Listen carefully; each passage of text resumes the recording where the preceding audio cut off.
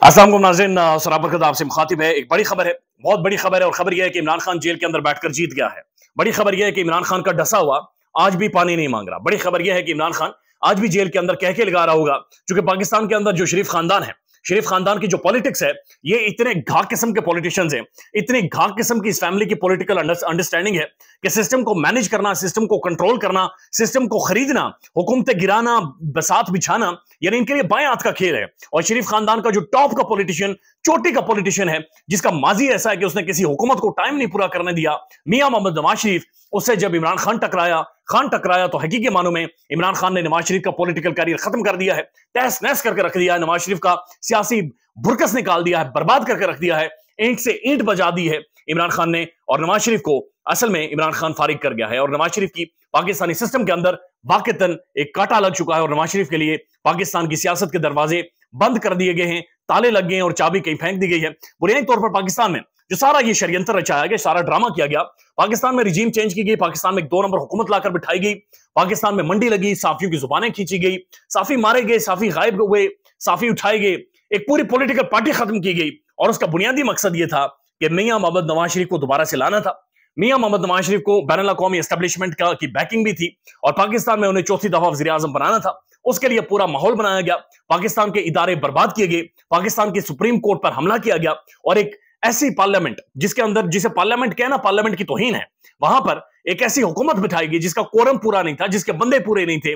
जो एक मखसूस किस्म के लोगों ने, एक मखसूस किस्म की सियासी पार्टियों ने मिलकर कंट्रोल की हुई थी। उन्होंने एक ऐसा कानून पास किया, एक ऐसा एक्ट पास किया कि जिसका सिर्फ और सिर्फ मकसद यह था कि मियां मोहम्मद नवाज शरीफ को पाकिस्तान के अंदर दोबारा से लाया जाए, चौथी दफा वज़ीर आज़म बनाया जाए और उन्हें सिस्टम में रेलिवेंट किया जाए। तो आज नवाज शरीफ के लिए दरवाजे खत्म हो गए हैं। आज नवाज शरीफ वाकईतन डसा हुआ पानी भी नहीं मांग रहा है। तो या तो ये नवाज शरीफ वाकईतन डसा हुआ पानी नहीं मांग रहा है, यानी उसको बर्बाद कर दिया है, या फिर ये वाकईतन किसी को छोटे वाला रिश्ता पसंद आ गया, जिस तरह से वो कहती हैं सायरा बानो कि छोटी का रिश्ता ज्यादा पसंद आ गया है और बड़ी को अब इग्नोर किया जा रहा है। तो ये कहानी ये है कि सुप्रीम कोर्ट का जो प्रैक्टिस एंड प्रोसीजर एक्ट है, जो पार्लियामेंट ने कानून बनाया था, उस कानून का बहुत सारी यानी चीजों के ऊपर आप डिबेट कर सकते हैं, बहुत सारी अच्छी चीजें भी उसके अंदर मौजूद है, लेकिन बुनियादी तौर पर उस कानून का मकसद यह था कि जो उस वक्त के चीफ जस्टिस थे उमर अता बंदियाल साहब, एक तो उनकी पावर्स को कर्टेल किया जाए, पावर्स को कम किया जाए और उन्हें बिल्कुल एक स्पाइनलेस मजबूर किस्म का चीफ जस्टिस ऑफ पाकिस्तान बनाकर वहां पर बैठाया जाए सुप्रीम कोर्ट के अंदर। और इसका दूसरा मकसद बुनियादी तौर पर यह था कि जो नवाज शरीफ की 184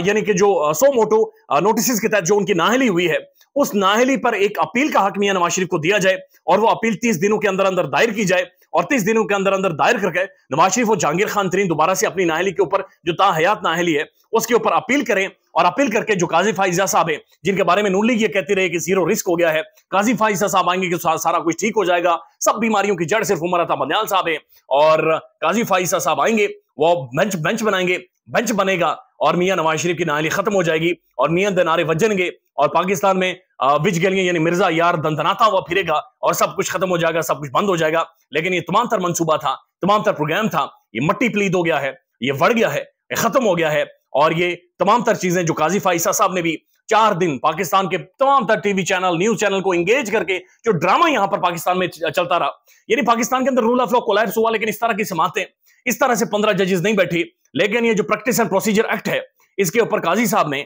4 दिन पूरा दिन पाकिस्तान के मीडिया का, सोशल मीडिया का, पाकिस्तान के मुकला का, पाकिस्तान के 15 जजेस का लिया और उसके ऊपर 4 दिनों में अंग्रेजी उर्दू में बहसें होती रही, पीछे खड़े बंदे कुर्सियां कभी आगे खींचते रहे, कभी पीछे खींचते रहे, सारा माहौल उन्होंने बनाया। लेकिन उसके बाद जो फैसला आया है, काजी फाइजा साहब तो उस तरफ खड़े हुए कि मियां साहब को हक देना चाहिए अपील का, लेकिन मियां साहब को हक नहीं मिला। पाकिस्तान के जजेस ने अंडरस्टैंड किया सारी मामले की हसासियत को और उन्होंने नवाज शरीफ का जो बुनियादी हक था, जो बुनियादी तौर पर वो अपील करना चाह रहे थे, उसे खत्म करके रख दिया। अब 3 चीजें थी जो बड़ी इंपॉर्टेंट थी। एक तो ये थी कि क्या पार्लियामेंट को इख्तियार है कि सुप्रीम कोर्ट के मामलात में को तब्दील कर सके, सुप्रीम कोर्ट के प्रोसीजर्स को तब्दील कर सके। तो इसके ऊपर 10-5 से फैसला आया है और फैसला यह है कि जी बिल्कुल पार्लियामेंट को इख्तियार है, पार्लियामेंट तब्दीलियां कर सकती है और पार्लियामेंट का जो ये कानून बनाया गया था, इस कानून को माना गया है कि जो भी बेंच बनेगा वो एक कमेटी बेंच बनाएगी। पाकिस्तान में जो भी सो मोटो नोटिस लिया जाएगा वो भी एक कमेटी लेगी। तो बुनियादी तौर पर ये कुछ एक चीजें ठीक भी हैं, लेकिन ये पर्सन स्पेसिफिक थी। इनका मकसद उस वक्त ये नजर आ रहा था, ये मकसद था ये कि जिस हुकूमत ने ये बनाया था उस हुकूमत के पास बैकिंग नहीं थी, उस हुकूमत के पास बंदे नहीं थे, उस हुकूमत के पास अवामी सपोर्ट खड़ी नहीं थी। उस हुकूमत का जो मकसद था, मकसद सिर्फ और सिर्फ मियां नवाज शरीफ को रेलिवेंट करना था। इसलिए इसके अंदर जो अच्छी चीजें हैं वो सारी भी यानी हवा में उड़ती हुई दिखाई देती हैं। उसके बाद दूसरा मामला ये था कि 184(3) के तहत यानी कि जब सो मोटो नोटिस सुप्रीम कोर्ट अवाम की बका के लिए अगर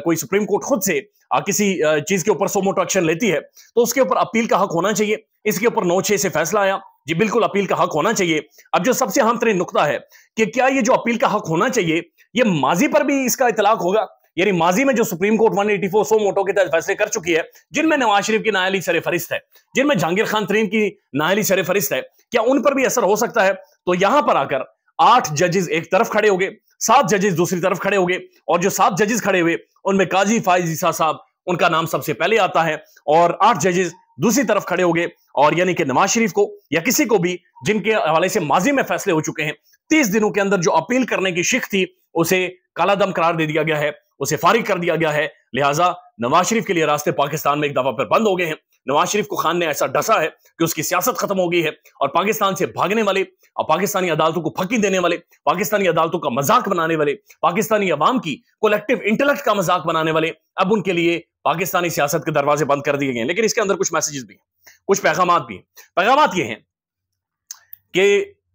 क्या ये फैसले इसी तरह से पाकिस्तान में हो जाते हैं? क्या पाकिस्तान की जुडिशरी बहुत सारे फैसले के आजादाना तौर पर कर सकती है?